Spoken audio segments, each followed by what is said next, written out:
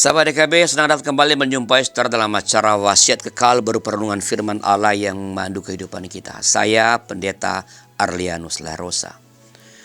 Renungan kita pada hari ini Rabu 11 Juni 2025 ditulis oleh rekan saya Pendeta Yoce Handri Karu dari GKI Kebonjati Bandung dengan judul Kejujuran.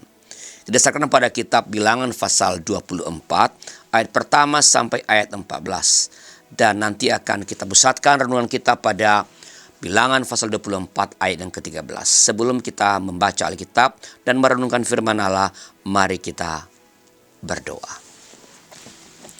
Tuhan, kami mohon tuntunan-Mu dan pertolongan-Mu ketika kami akan membaca Alkitab dan mendengarkan firman Allah, supaya sungguh-sungguh kami merasakan Engkau menyapa kami dan firman-Mu sungguh-sungguh melekat di hati kami dan mengendalikan jalan hidup kami. Dalam nama Tuhan kami Yesus Kristus. Amin. Saya bacakan Bilangan pasal 24 ayat 13. Dengarkanlah firman Tuhan. Sekalipun Balak memberikan kepadaku emas dan perak seistana penuh, aku tidak akan sanggup melanggar titah Tuhan dengan berbuat baik atau jahat atas kemauanku sendiri. Apa yang akan difirmankan Tuhan, itulah yang akan ku katakan. Sahabat, hidup selalu diperhadapkan dengan pilihan-pilihan. Salah satu pilihan tersebut adalah memilih untuk hidup benar dan berkata jujur kepada Tuhan, di hadapan Tuhan dan sesama. Dalam kehidupan, tidak jarang kita dihadapkan pada situasi yang menantang integritas dan kejujuran. Terkadang, godaan untuk memutarbalikkan kebenaran terasa begitu kuat, terutama ketika kita berpikir bahwa kejujuran akan membawa akibat yang tidak menyenangkan atau menghilangkan kesempatan untuk mendapatkan sejumlah materi. Nah, teks Alkitab kita hari ini berkisah tentang Bileam yang lebih memilih taat kepada Tuhan daripada melakukan kehendak Balak, Raja Moab. Balak meminta Bileam mengutuki bangsa Israel. Namun, Bileam memilih untuk mengucapkan berkat Tuhan sesuai dengan perintah Tuhan kepadanya. Tentu saja pilihan sikap Bileam ini mendatangkan kemarahan Balak terhadap dirinya.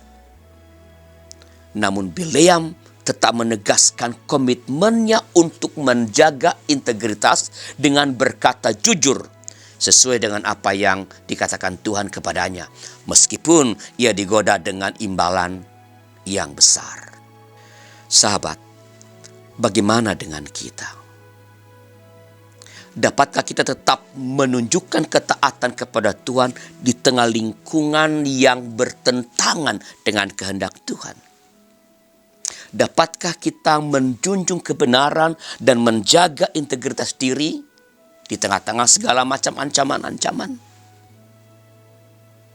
Ini tentu bukan hal yang mudah. Tetapi disinilah integritas kita diuji. Jangan gentar, kasih Tuhan menyertai kita. Nah, di ujung renungan kita pada hari ini, saya menitipkan pertanyaan reflektif bagi kita. Pernahkah saudara mengalami masalah karena berkata jujur atau karena tidak mau ikutan melakukan kejahatan? Apa yang Anda lakukan kemudian? Nah, pengalaman ini tolong tuliskan di kolom komentar agar menjadi berkat dan kekuatan bagi para sahabat yang lain yang berjuang untuk menjaga integritasnya.